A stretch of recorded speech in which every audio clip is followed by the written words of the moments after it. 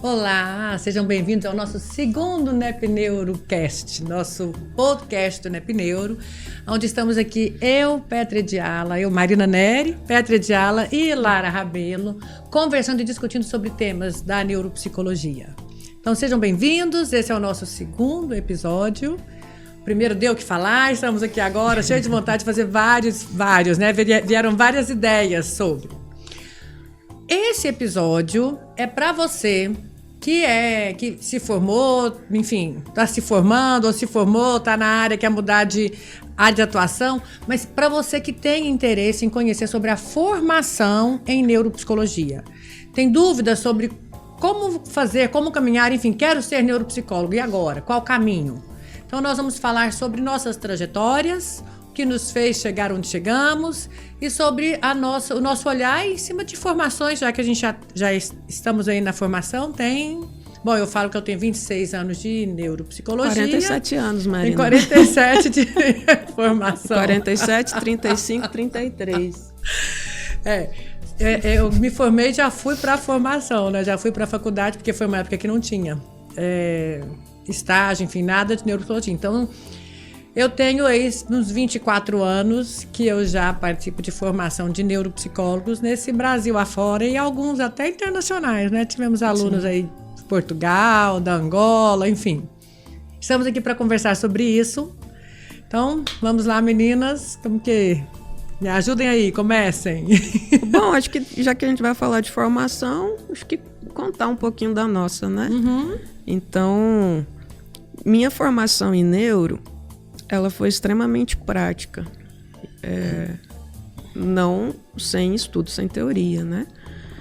Mas a faculdade que eu fiz proporcionava o estágio final na área que eu queria. Tive a grande sorte de cair com você enquanto minha orientadora, né? Então, sempre falo que você foi minha mestra de iniciação e dentro de um hospital de reabilitação, readaptação público e que foi uma escola extraordinária, porque quando você vai para o serviço público, você não escolhe o público, você atende o que vem. Uhum. E aí foi uma experiência muito intensa de ter que praticar a neuropsicologia enquanto eu aprendia a neuropsicologia, mas claro que com todo o aparato necessário para que fosse um aprendizado seguro, tanto para mim quanto para as pessoas, né, que precisavam. Então, a minha formação teve muito da prática junto com o estudo e, nesse sentido, eu faço um caminho que é diferente, que parece com o teu, né? Eu não fiz uma pós-graduação em neuropsicologia, mas atuo na neuropsicologia desde o último ano de graduação. E aí a gente fez a prova de titulação, né, do CFP, do Conselho Federal de Psicologia. Então, essa prova, para quem não conhece, né, a gente tem algumas especialidades dentro da psicologia que são reconhecidas pelo Conselho Federal. E aí uma pessoa que atua já há um tempo, ela pode fazer essa prova para ter o reconhecimento desse título de especialista. Então o caminho que eu fiz foi esse, seguir atuando na neuropsicologia até acumular o tempo suficiente para poder entrar com a prova, porque na prova você precisa provar que você tem atuação, então você tem que provar isso com documentação, tem uma série de coisas, né? É um processo bem rigoroso. E você faz uma prova de conhecimento. E aí eu não sei como que foi a sua, mas a minha tinha 40 questões objetivas e 3 casos clínicos abertos. Então você tinha que... Não tem como, se você não tem experiência, você não consegue responder. Então minha formação na neuropsicologia foi assim, um caminho muito prático, muito intenso para aprender dessa forma, mas diferente do que normalmente a gente vê, né? As pessoas vão para uma especialização, que é um caminho também e que é muito importante também, né? Mas existe essa outra possibilidade.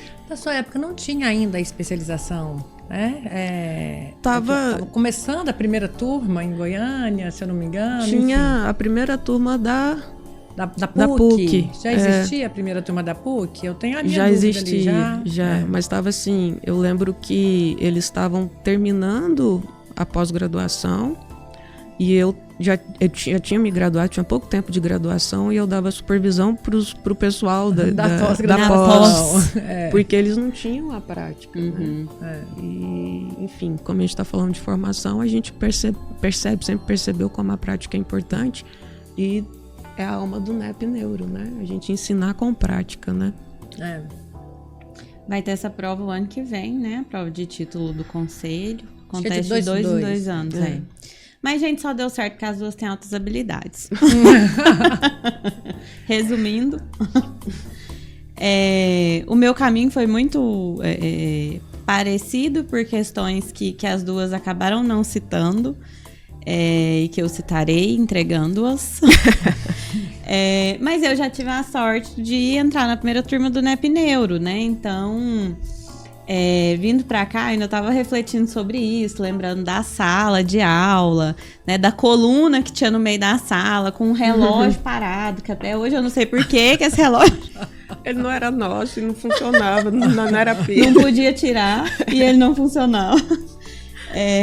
Então, assim, foi uma experiência maravilhosa. Eu fiz estágio final na faculdade em psicanálise e tenho uma grande paixão pela psicanálise, mas fazia um voluntariado em neuropsicologia, porque eram minhas duas paixões, que vocês também fizeram, né? De trabalhar com a doutora Maria das Graças Brasil, uma grande referência para todos nós, para a população goiana, na neuropsicologia, na neurologia, e para a população brasileira também, né?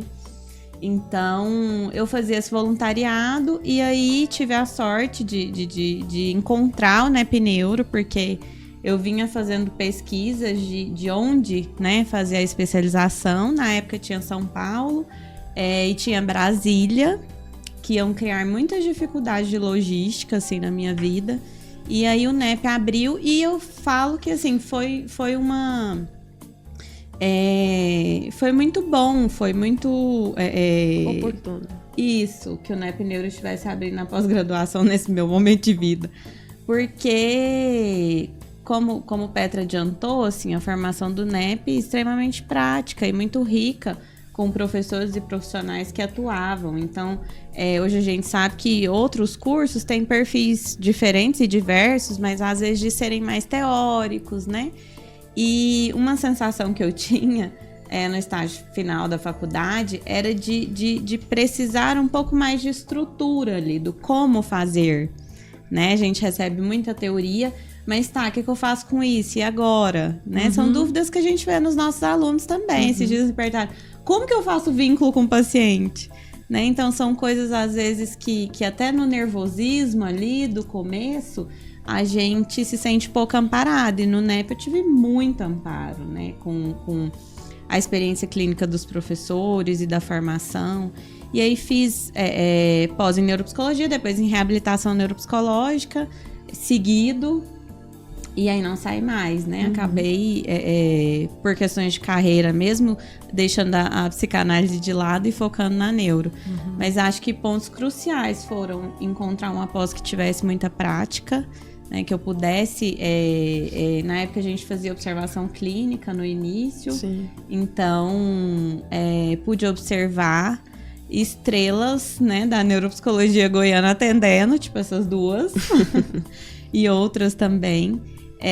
Dentro de um hospital, né, de reabilitação. Então aquilo era fascinante, assim, e respaldou, amparou mesmo o meu começo de carreira e toda a minha carreira também. Muito legal ouvir. Eu tô aqui pensando, meu caminho não foi nada tranquilo, foi bem árduo. Foi árduo, mas eu tive grande sorte de encontrar importantes mestres ali no meu caminho, enfim. A sorte de tê-los no meu caminho e aproveitar a oportunidade de investir e aprender com eles o máximo que eu pude, né? Eu não comecei, primeiro que eu não comecei nem na psicologia. Eu comecei em ciência da computação. Ai, essa eu não sabia. Fiz um ano de ciência. Imagina a Marina trancada sem conversar com ninguém, vai ficar doida. Comecei em ciências da computação, fiz um ano de ciências da computação. E super me identificava com todo o processo de raciocínio lógico, de já se envolve um raciocínio clínico ali nessa situação de lógica, porque eu tenho esse olhar bastante lógico, objetivo e direcionado, né? Então, eu super me identifiquei em termos do conhecimento, mas não conseguia me pensar Faltavam de pessoas. frente de um computador só, enfim. Gostava do raciocínio. Até que conheci uma profissional que ainda hoje atua também, que é a Eliane Paixão, neuropsicóloga aqui em Goiânia, uma super querida.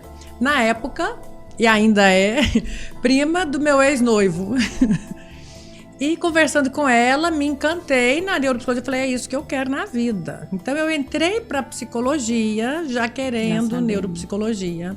Sendo que eu acho que a Eliane devia ter o quê? Nem 5 neuropsicólogos em Goiânia, e eu tive essa sorte ali de encontrar. Então meu olhar já foi todo direcionado na faculdade para esse caminho. Embora não tinha um caminho, porque não tinha estágio, não tinha nada de neuropsicologia, não tinha supervisor, enfim, não tinha nada. Tinha disciplina? Tinha a disciplina que a doutora Maria das Graças Brasil assumiu, e aí ela já ministrava essa disciplina, tanto que eu fui monitora dela por 3 anos. Eu grudei e fiquei ali com ela por vários anos, com ela e com o doutor José Reinaldo, temível e adorável doutor José Reinaldo, que aliás foi 2 figuras importantíssimas na minha vida, porque são 2 médicos que tem muito de raciocínio clínico, que está ali na clínica, e eu pude acompanhar o atendimento deles. Então, até quando a formação, a gente fala, o aluno precisa ver a gente fazendo, porque na psicologia ninguém vê o psicólogo fazendo. Sim. Ele recebe orientação de como fazer. Eu ficar no consultório vendo eles atenderem para mim foi extremamente rico. Eu olhar e falar, cara, essa pergunta que ele fez, nossa, por que isso? Então, eu comecei numa época que não tinha livro de neuropsicologia. A gente tinha 3 livros em português. Ponto. Não tinha. Então, eu comecei já pegando o raciocínio clínico da anamnese, porque é exatamente o que eles fazem, né? Uma neuropediatra e um psiquiatra trabalham com anamnese. E aí foi onde eu comecei a desenvolver no raciocínio clínico através da anamnese. O tipo de pergunta, porque essa pergunta, onde está direcionando, no que isso vai dar? Porque fiquei com o Zé Reinaldo também por 3 anos como monitora. Então acompanhei eles e isso foi bem importante para mim. Logo entrei num centro de reabilitação lá, que era o SEAD na época, Centro de Educação e Apoio ao Deficiente. Hoje não tem o SEAD em si mais. O SEAD de hoje é outra questão de diabetes, né? O nome. Sim. Mas a gente vai ter outro tipo de serviço que aproveitou o que a gente fazia. Então, consegui entrar lá no estágio porque eu fui atrás, enfim. Eu queria tanto que eu consegui esse caminho, né? E aí, aprendendo ali com a doutora Graça, com o Zé Reinaldo, aprendendo anamnese, tive a oportunidade na época, num curso, não existia pós-graduação em neuropsicologia no Brasil. Estava surgindo a primeira pós, isso é o ano de 2000. Estava surgindo a primeira pós da USP São Paulo, que era de 15 em 15 dias, inviável para ir. E não sei por que cargas d'água, acho que é por conta da minha oração muito forte, esse pessoal veio para Goiânia dar um curso de formação em neuropsicologia. E então surgiu uma primeira turma, uma turma onde eu tenho grandes amigos ali, que veio dessa primeira turma. Não era especialização, era um curso de formação. Tive a oportunidade de fazer aula com a doutora Beatriz Lefebvre, que era quem coordenava o curso. E a Kátia Osternack, que foi quem me ensinou muito também de raciocínio clínico. Nesse processo, acabei... O CRER não existia ainda, o Centro Hospital, né, de Reabilitação e Readaptação, Dr. Henrique Santilo. Ainda não existia, ele abriu, acho que em 2002, se não me engano. Acho que sim. E aí, por um acaso, na sorte, que eu já tinha feito esse curso, eu me candidatei lá, eles estavam precisando de neuropsicólogo. E, para minha sorte maior, ainda só tinha eu como candidata. Não tinha escapatória. Não tinha. Então, quando eu me vi lá, eles estavam contratando psicólogos, e entre eles neuropsicólogos. Eu estava lá com a minha professora querida, que estava lá fazendo também o processo seletivo, que eu olhei e falei, ai, Jesus amado, só gente formada, já era. Formada não sei quantos anos, e o que eu estou fazendo aqui, recém-formada. Mas era a única da neuropsicologia, então eles até contrataram, se não me engano, 3 ou 4 psicólogos, e eu entrei porque eu era a única neuropsicóloga. E foi quando eu entendi, no meu primeiro dia de trabalho no hospital, que uma formação não vale enquanto a gente tenha só conteúdo teórico. É como se eu aprendesse a cozinhar. E nunca cozinhar. Nunca ter cozinhado. Aprendi a cozinhar só olhando cardápios. Sim. Então foi exatamente assim que eu me senti no meu primeiro dia de trabalho, porque eu fiz um curso maravilhoso com a doutora Kátia, com a doutora Beatriz, incrível. Quando o primeiro paciente estava na minha frente, a anamnese eu conseguia fazer, mas era um paciente em estado minimamente consciente, que nem conversar ele conversava. Que eu olhei, eu falei, socorro, socorro. Enfim, mas aprendi muito, agradeço muito ali todos os pacientes que na minha mão foram me ajudando a desenvolver e eu ajudando eles, enfim, foi muito importante. Ali no hospital, no CRER, a doutora Ângela, né? Na minha formação, o doutor Eupídio participou bastante também, me ajudou muito nesse processo.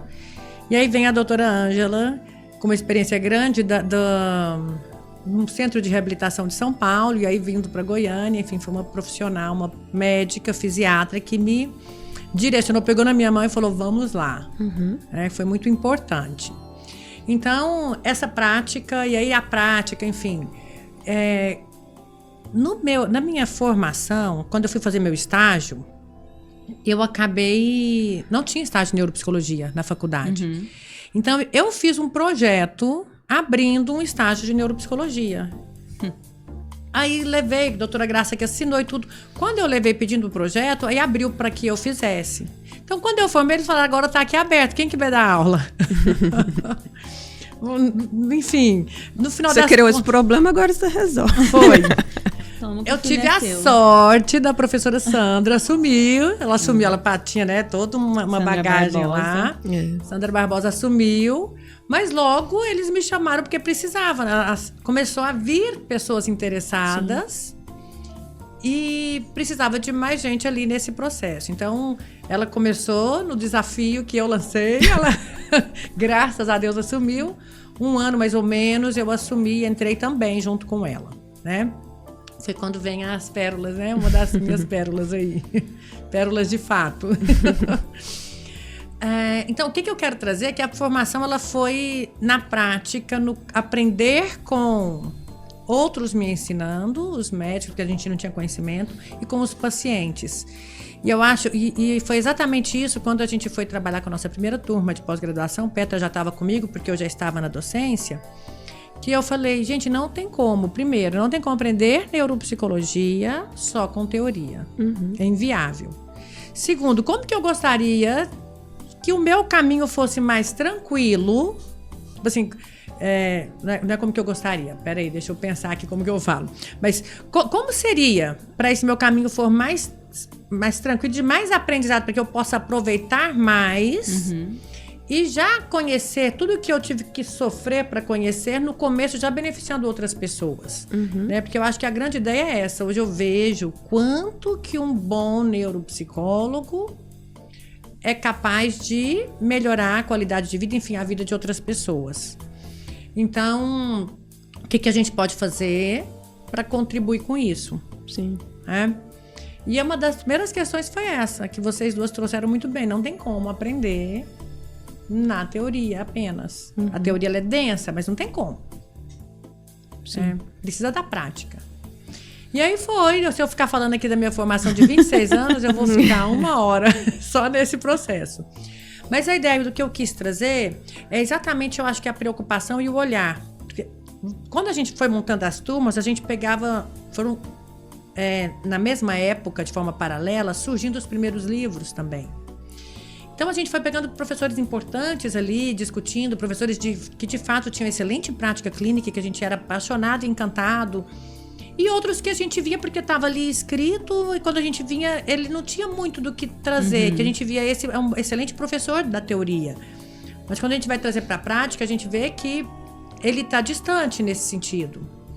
E a gente acabou formando e trabalhando nesse processo de entender o quanto é importante a gente entender a neuropsicologia olhando para pessoas e não olhando para transtornos, não olhando para testes, enfim. Então, toda essa formação que hoje a gente tem é uma turma... Não tem como não fazer a propaganda também da turma do NEP Neuro, porque é o que a gente acredita. Nós estamos na nossa 14ª turma, onde vieram vários outros cursos de formação a partir de então, que, de certa forma, não é de certa forma, eles pegaram totalmente a nossa grade, copiaram isso para fazer, porque eu sei que teria que ter feito isso mesmo, porque é muito legal, muito bom, né? A forma como a gente pensa ali. Mas assim, quando existia esse processo de sair e copiar e vir, a gente já tinha visto outros processos, a nossa turma já estava diferente na próxima. Então a gente não tem uma grade dentro das 14 turmas que é igual, que seja igual a outra, porque é um processo onde a formação vai se construindo com o olhar de quem vê a necessidade, como que eu gostaria de ser formado, e que a gente continua em formação, mesmo com 26 anos, a gente olha e fala, eu ainda preciso, nossa, isso aqui tem que ter, isso aqui a pessoa tem que sair daqui sabendo disso. Né? Então eu vejo isso muito nesse processo. Tentando resumir. Então, eu não fiz, a Petra já tinha falado, eu não fiz a especialização de neuropsicologia, na época nem tinha, assim, eu fiz essa formação. Meu curso foi a vida neuropsicológica, a vida vivida. E aí eu acabei fazendo a prova. Na primeira, a neuropsicologia não era nem reconhecida, ela foi reconhecida em 2004. E aí a primeira prova que teve eu fiz. Essa primeira prova, consegui, passei, peguei o meu título pelo conselho. E aí pelo MEC tudo eu fiz, foram outras pós-graduações, porque a gente nunca para de estudar. Mas em resumo, a ideia é da importância da gente trabalhar com esse processo do conhecimento sendo adquirido, mas o olhar muito integrado com o contexto, com o paciente, com vida. Acho que essa formação foi importante para mim. Interessante que eu entendi várias coisas agora que as duas fizeram comigo no meu processo de formação. Quando eu fui entrar para ser supervisora no NEP, eu tive que fazer uma prova, né? Um processo seletivo, na verdade, não foi uma prova, porque não tinha só uma etapa. Uma das etapas era uma prova de casos clínicos. E aí, eu me lembro de um caso específico em que o paciente não se movimentava, não falava, né? E aí, qual que era a proposta avaliativa ali, como que a gente ia conduzir essa avaliação? E aí, você falando da prova de caso clínico, né? Do conselho, fechou essa gestalt na minha vida, que é de lá que vocês duas tiraram. E foram reproduzindo, né? Os apertos que passaram. Outra coisa que eu me lembrei foi como eu disse, a gente fazia um estágio de observação, e aí um dia a gente estava no seu consultório te esperando para atender, e aí você chegou com um livro na mão, assim, lendo. Não, gente, espera aí que eu quero terminar de ler esse capítulo aqui, porque tá interessante, vai de encontro com coisas que eu quero conversar com essa família hoje, e eu quero ler isso agora. E eu tive o pensamento, meu Deus, isso não acaba nunca. Porque a Marina, né, tendo que se atualizar. E aí depois, obviamente, convivendo com todas, a gente percebe isso, né? A gente... o processo formativo não tem fim, né? A gente continua se formando. E essa atualização que você citou, né, da grade, das turmas também, porque novos, nem sei se são novas temáticas, mas sim também, né, do jeito que o mundo vai mudando, igual a gente viu agora, né, temáticas novas como IA, né, na neuropsicologia, a própria avaliação online, né? Sim. Então, essa adaptação curricular, eu acho de extremo cuidado e gentileza na formação das pessoas. Né? Não é uma grade lá de 10 anos atrás, né? É uma grade que só se atualiza de acordo com as demandas que vão surgindo. É isso. Então, vamos falar das formações, porque o que a gente tem hoje é formação em neuropsicologia. Agora, o que escolher, por que escolher, qual escolher, enfim. A ideia aqui não é nem defender, a gente tem a nossa que a gente defende, porque a gente vai naquilo que a gente acredita, de fato.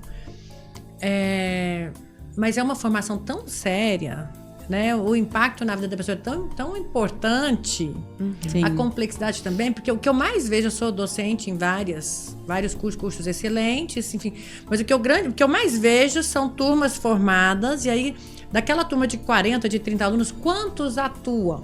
como neuropsicólogo. Sim. Eu não acredito que são 10, de verdade. Os outros acham bom conhecimento, mas acham muito difícil, então é como se fosse uma pós que ela deixou isso de lado. E acho que não é essa a intenção que as pessoas têm quando elas buscam uma formação. Elas querem atuar como. Né? Sim.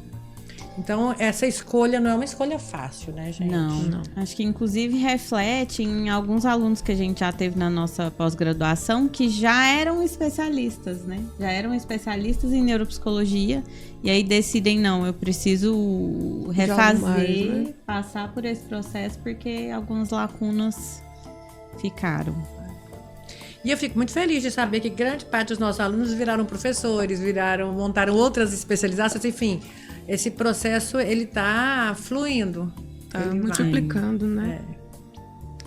A gente vai pras sortear uma Perguntas perguntinha. polêmicas.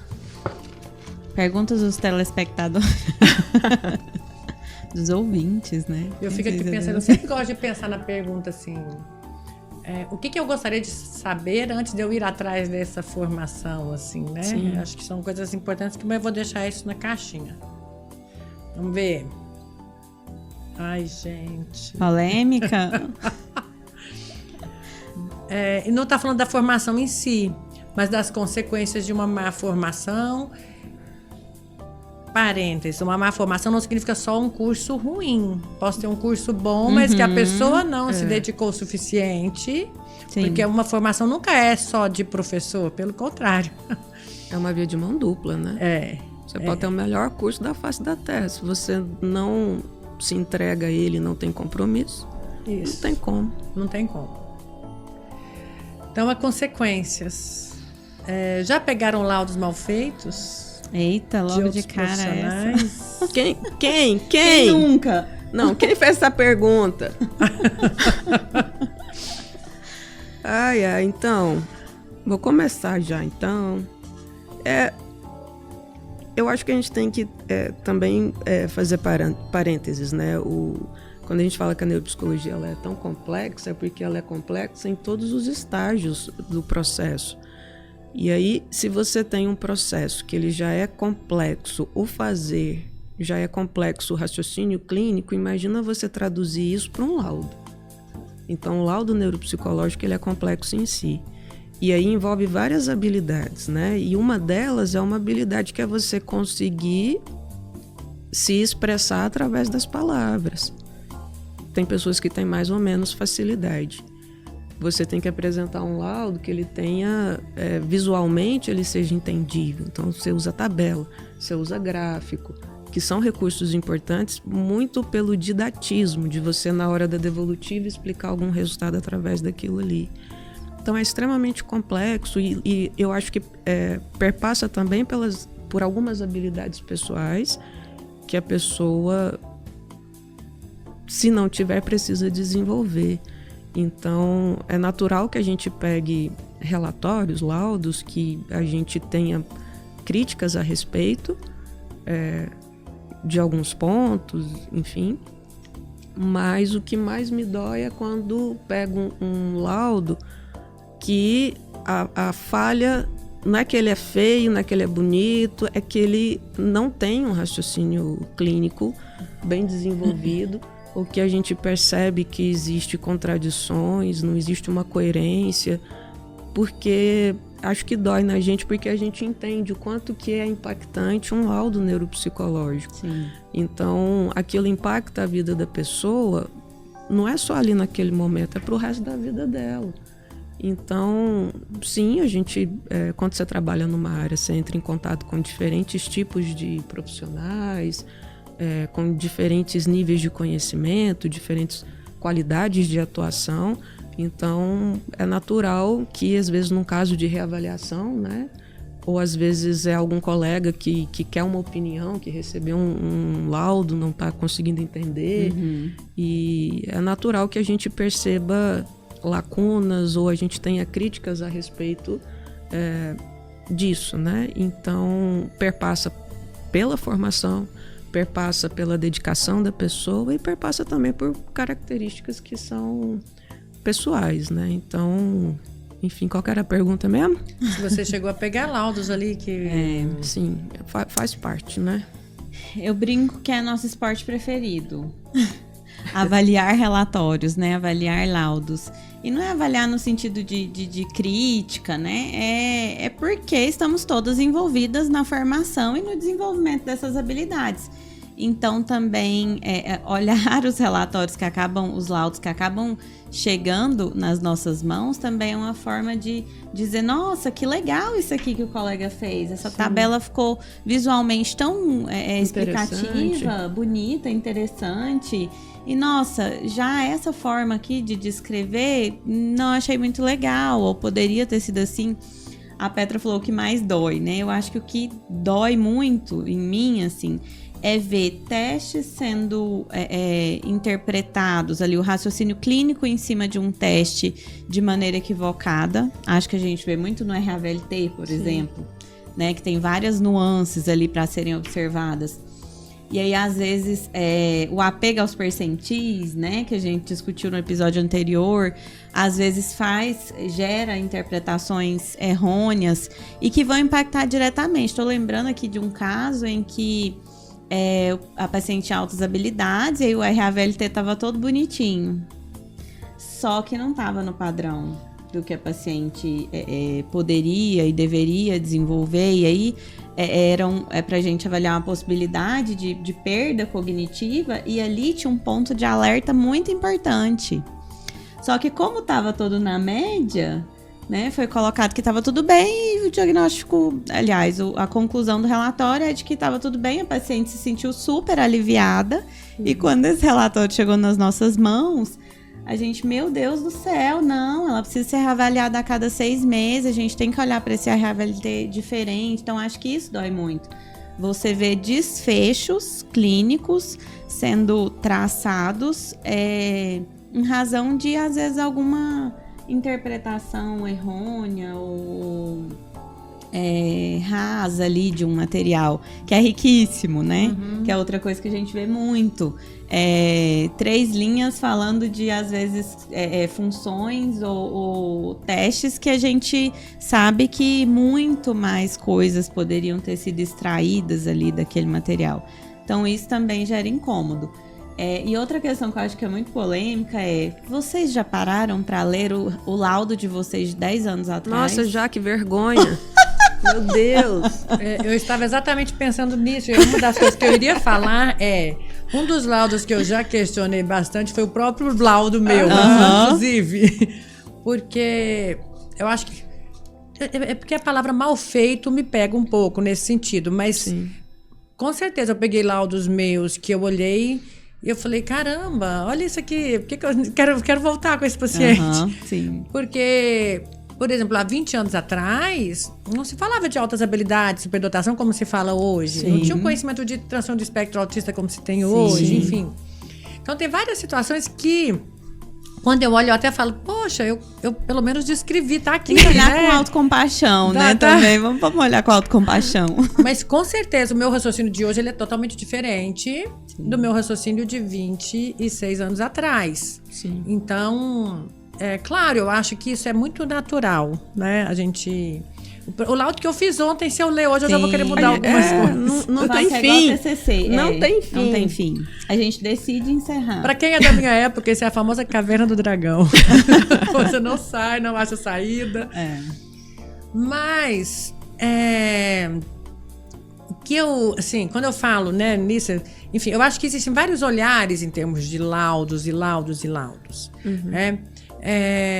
Eu tenho uma história onde, graças a Deus, eu tive vários pacientes históricos de muito sucesso na vida.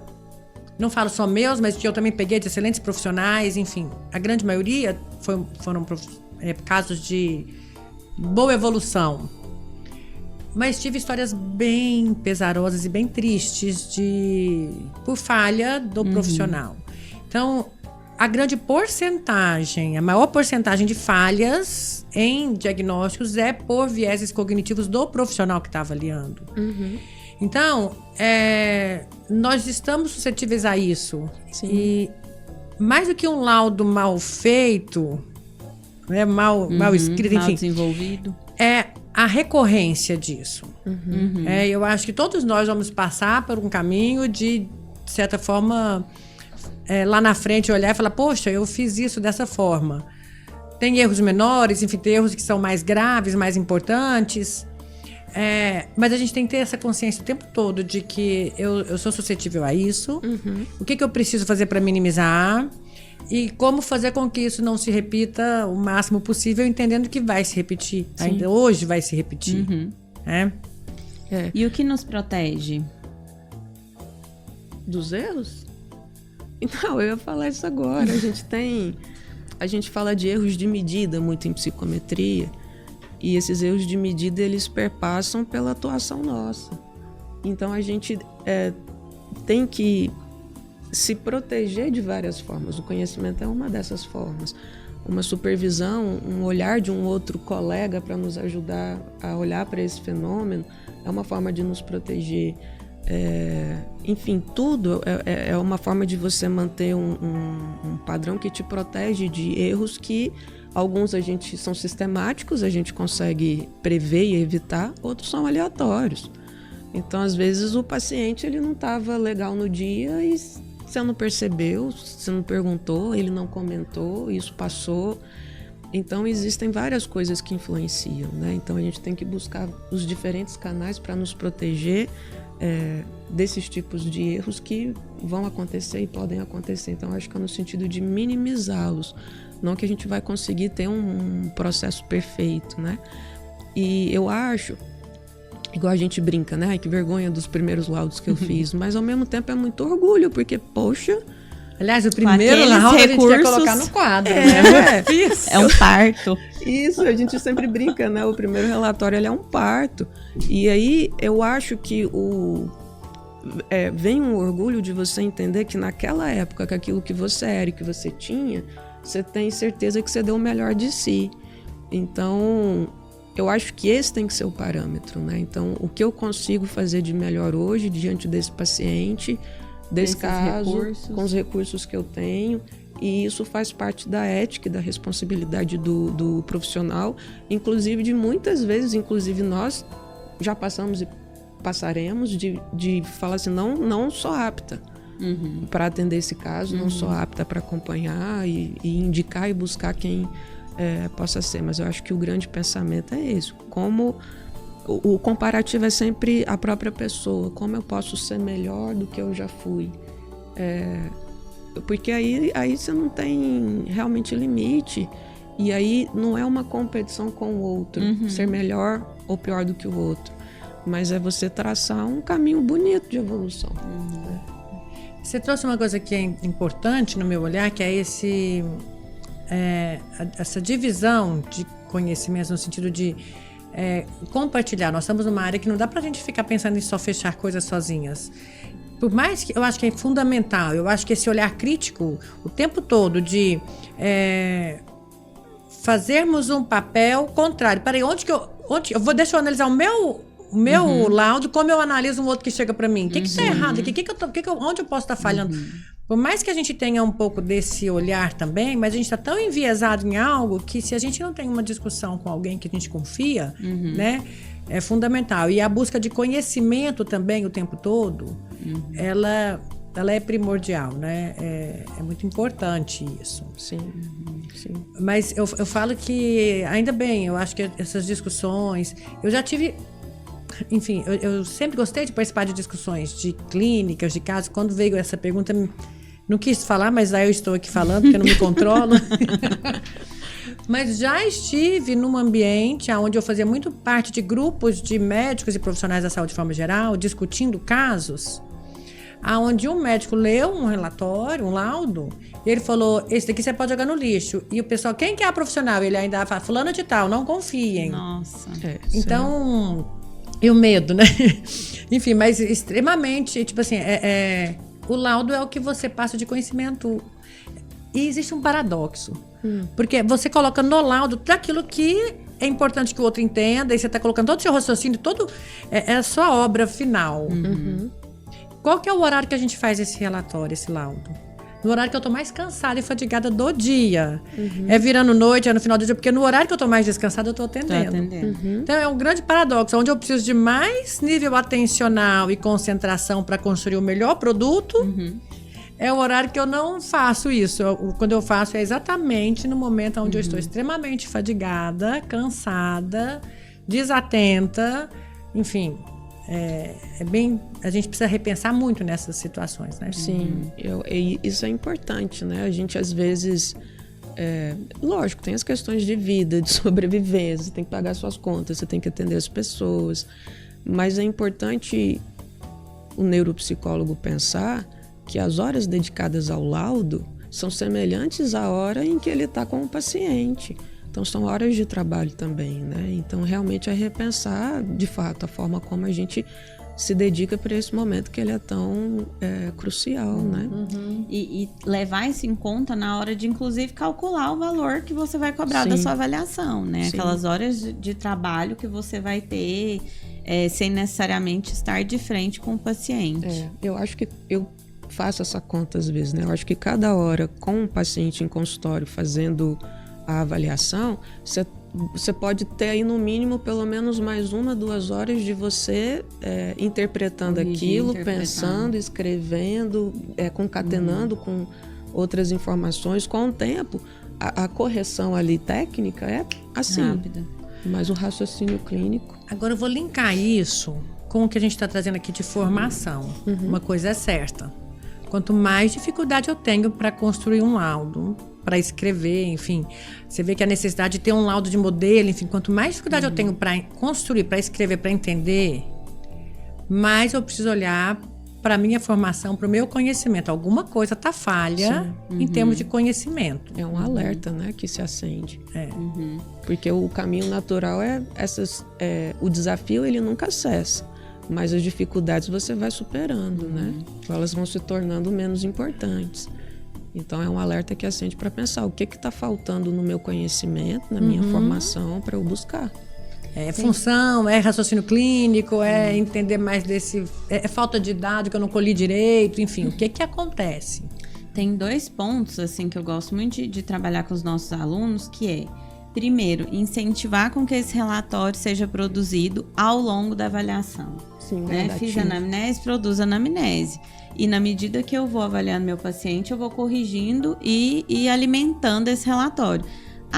Pode parecer simplista ou perfeccionista ou até exigência, né? Que o professor está sendo exigente, mas a gente entende que o raciocínio clínico tem que acontecer nesse percurso, em que eu tenho que testar hipóteses, isolar construtos, usar às vezes outros instrumentos porque não ficou claro, e se eu deixo para fazer isso depois, no final, até quando eu já dispensei o paciente, claro, gente, que o paciente pode ser chamado de volta. E que bom que ele foi, se foi necessário, né, chamado de volta. Mas às vezes a gente vê que são erros, entre aspas, de percurso. São calibrações finas que você tem que fazer. Isso, se eu tivesse fazendo isso ao longo do processo, isso inclusive facilitaria a minha vida, porque eu falo que é a frase que fica na nossa cabeça dia e noite, você acorda de madrugada. O que fulano tem, né, assim, por que fulano tá tendo dificuldade na escola? Então, assim, a gente fica com isso, e são questões que a gente se preocupa. Então, se eu consigo ir descartando hipóteses, testando, medindo ao longo do processo, eu me tranquilizo muito mais. E, na verdade, é isso que é o correto, né? Sim, o ideal. Outra coisa do que vocês falaram, assim, de onde tá a falha na formação, né? Um exercício que eu gosto de pedir que eles façam é assim... quando estão travados para escrever, né? Então, você vai escrever sobre memória, grava um áudio para você mesmo, fala alto. Porque eu acho que nesse momento a gente consegue entender. Tá faltando raciocínio clínico? Ele não entendeu o padrão de funcionamento ali do paciente? Ou não, eu tô com dificuldade de escrever mesmo, de transformar aquilo. A nossa linguagem oral é muito diferente da nossa linguagem escrita. Então, eu tô com dificuldade de transportar de um lugar para o outro.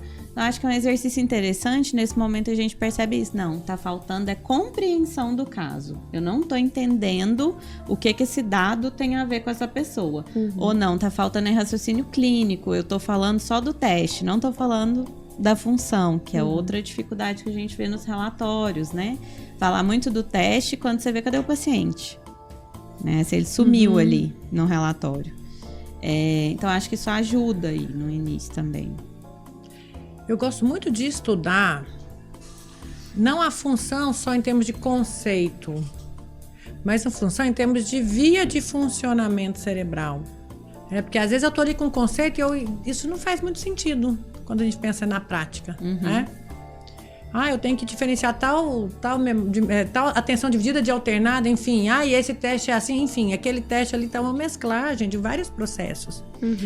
E essa construção, eu aplico um teste, eu corrijo esse teste, mas eu não vou falar de teste. Eu vou falar de pessoa.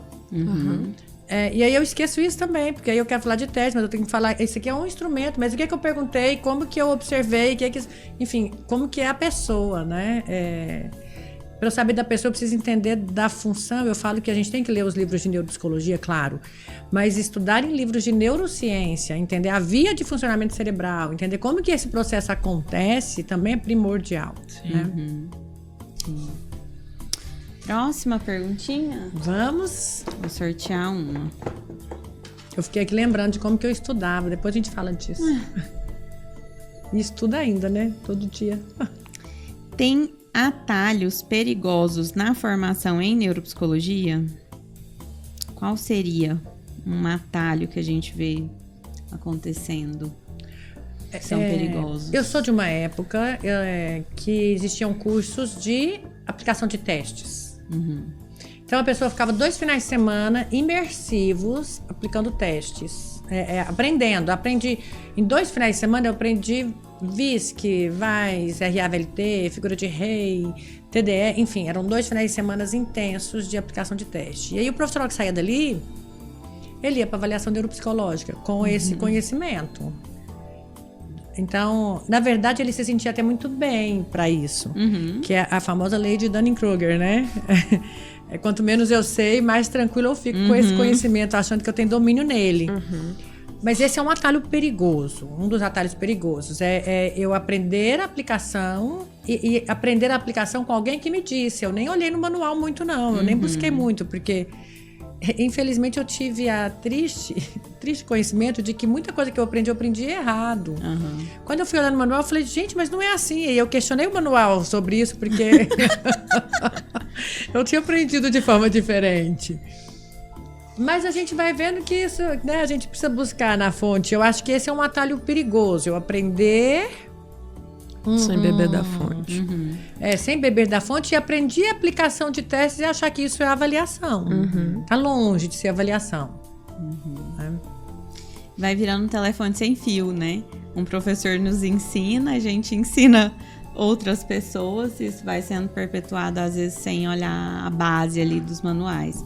Acho que outro atalho perigoso é dissociar um pouco a prática, né? Assim, ficar muito na teoria, igual algumas formações têm esse objetivo e esse foco, né? E aí eu aprendo muito a teoria, mas eu não vi aquilo acontecendo com a pessoa, eu não apliquei, eu não vi sendo aplicado, a gente sabe que é muito diferente.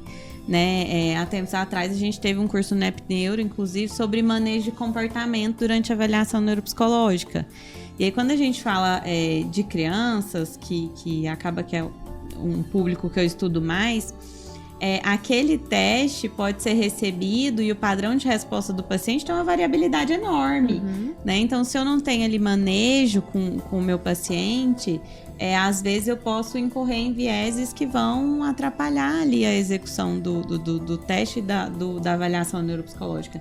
Então, acho que dissociar da prática, da experiência com pessoas, né? Não só com a teoria, com os livros, com os manuais, acho que é outro atalho perigoso, assim. Eu acho que tem vários, né? Mas vou falar de 2. Eu acho que é tempo, as pessoas têm uma urgência de... seria uma urgência de conhecimento, mas acaba que não vira conhecimento, vira pura informação. Então, estou ainda me graduando, mas eu já quero entrar numa pós-graduação e polêmicas, né? No Brasil é lei, você só faz uma pós-graduação se você primeiro termina a sua graduação. A gente sabe que na prática existem até comercialmente atalhos nesse sentido, né? Mas é uma questão de processo de conhecimento. Então, você faz uma pós-graduação depois da sua graduação, porque primeiro você precisa ter uma base do que é ser o psicólogo. E aí você vai buscar caminhos se especializando. Você vai fazer uma especialização, mas são 2 anos, não dá para adiantar, não dá para fazer mais rápido. Não dá, porque como que você, por exemplo, no NEP são 10 meses de prática real. 440 horas. 440 horas de prática que o aluno precisa acumular. Em 10 meses já é apertado. Você quer fazer o quê? Como que você quer de fato aprender um processo tão complexo se você não dá o tempo necessário para o processo acontecer? Então, atalhos de tempo eu acho muito complicados, porque esses atalhos de tempo eles chegam com superficialidade. Você não aprende nada profundamente se você não vive o processo, e o processo ele leva tempo. Então, é um atalho perigoso que puxa outros, né? E o outro atalho eu esqueci. Problemas de perda de contexto. Acontece. Nós vamos aproveitar esse atalho seu, que nós já estamos no nosso tempo. Já deu também. A gente joga e sai correndo. Porque esse atalho de tempo que você traz, e eu vou pegar ali como um atalho, ter um certificado. Sim. Que envolve, eu acho que esse tempo que você traz. Mas uma coisa que eu quero dizer, que nenhum paciente veio no meu consultório por conta do certificado que eu tive, que eu até nem tinha. Ele veio por conta da diferença que eu fiz na vida das pessoas, e os médicos gostavam, respondia o que precisava, trazia de volta. Hoje, se existe uma fila, não é por conta do meu currículo, enquanto qual curso que eu tenho de certificado, mas enquanto a diferença que eu faço na vida do outro, e que fez sentido, e que retornou de certa forma. Eu nem fiz para retornar. Não era essa a minha intenção, encher o meu consultório. A minha intenção era fazer a diferença na vida dessa pessoa. Então, esse querer um certificado a todo custo, não é isso que vai trazer paciente. Então, esses atalhos de, deixa eu pegar logo esse certificado do conselho, deixa eu inventar horas para conseguir esse certificado, enfim, esse tempo muito corrido, onde o acontecimento de fato não acontece, é algo que é atalho perigoso, situações que não condiz. Não adianta, tem pessoas que têm certificados e não fazem diferença na vida de ninguém, e não tem pessoas na vida, não é pessoas na vida, pacientes no consultório. E não é só por uma questão de falta de marketing. Porque, o marketing é fundamental, é importante, mas eu me promover sem conhecimento, da mesma forma que eu volto. Porque aí vem também e fala, pelo amor de Deus, corre daquela pessoa. Sim. Assim como aconteceu no grupo com os médicos, quando olhou o laudo que não era. Ou seja, aquela pessoa, infelizmente, ela fez um marketing contrário, reverso ali, para vários profissionais possíveis encaminhadores. Então, eu acho que é bem polêmico essa questão de tempo, de busca de certificado. O que a gente tem que pensar na nossa formação é conhecimento. É como eu posso sair daqui e fazer na prática. Como eu posso, de alguma forma, promover uma transformação na vida da pessoa que está me procurando. Sim. Eu já tive alunos que falavam assim, eu quero ser a melhor. Falo, você já está sendo a pior, porque o seu olhar não é de ser a melhor comparando com outros profissionais. Essa não é a ideia. O que você tem que ser é o melhor profissional que você pode ser para a vida de quem te procurou. Eu acho que é esse o olhar. Então, fazer a diferença exige conhecimento. Exige boa vontade, exige busca, exige humildade, no sentido de saber que eu não tenho conhecimento total e que eu preciso discutir, enfim. Então, esses atalhos são extremamente perigosos. De nada adianta eu querer acelerar, fazer uma pós-graduação de 6 meses para pegar um certificado,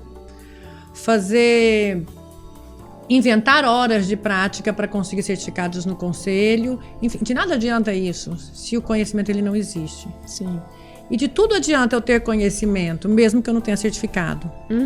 Porque a diferença eu vou fazer e meu consultório vai vir. Isso vai acontecer.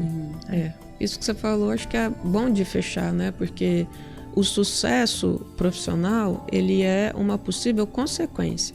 Não é o seu objetivo final, esse sucesso profissional de clientela, de dinheiro. Isso tem que ser uma consequência possível. O seu objetivo tem que ser isso, fazer a diferença na vida daquela pessoa, colocar ela confortavelmente dentro da vida, né? É isso. Então, deixamos essa polêmica?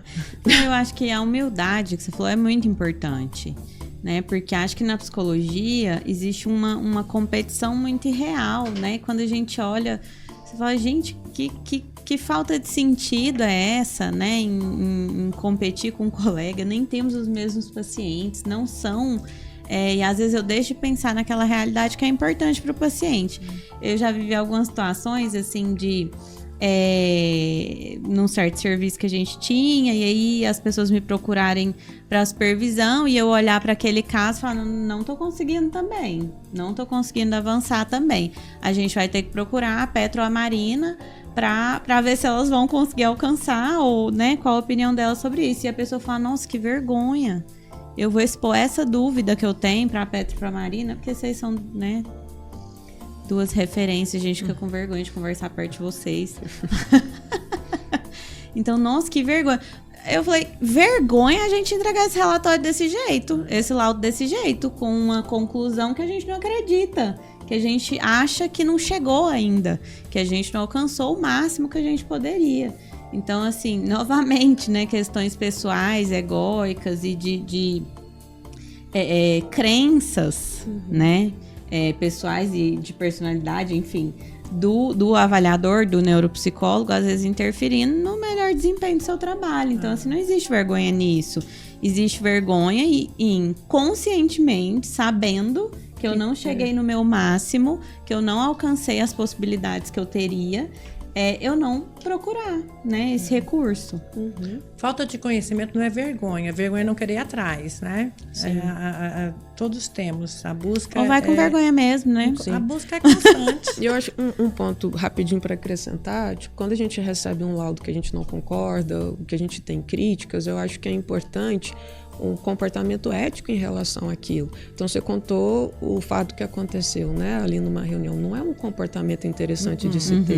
Então, você tem formas de colocar ou de indicar, talvez, não fiquei muito satisfeito com o resultado. Não concordei com esse caso. Não concordei, acho que a gente precisa discutir sobre, aprofundar mais. Isso, então eu acho que é importante destacar isso, né? A gente tem que tratar com cuidado, com ética, essas possíveis coisas que chegam, e eu acho que é sempre também com abertura. Quando eu recebo algo que não tá legal, eu tenho abertura de falar com a pessoa, é muito no sentido de, vamos conversar, por que você fez assim, por que você fez assado, pensa assim, pensa assado, de construir, né, porque o fazer da neuropsicologia, ele tem cada um, mas ele também é coletivo, né?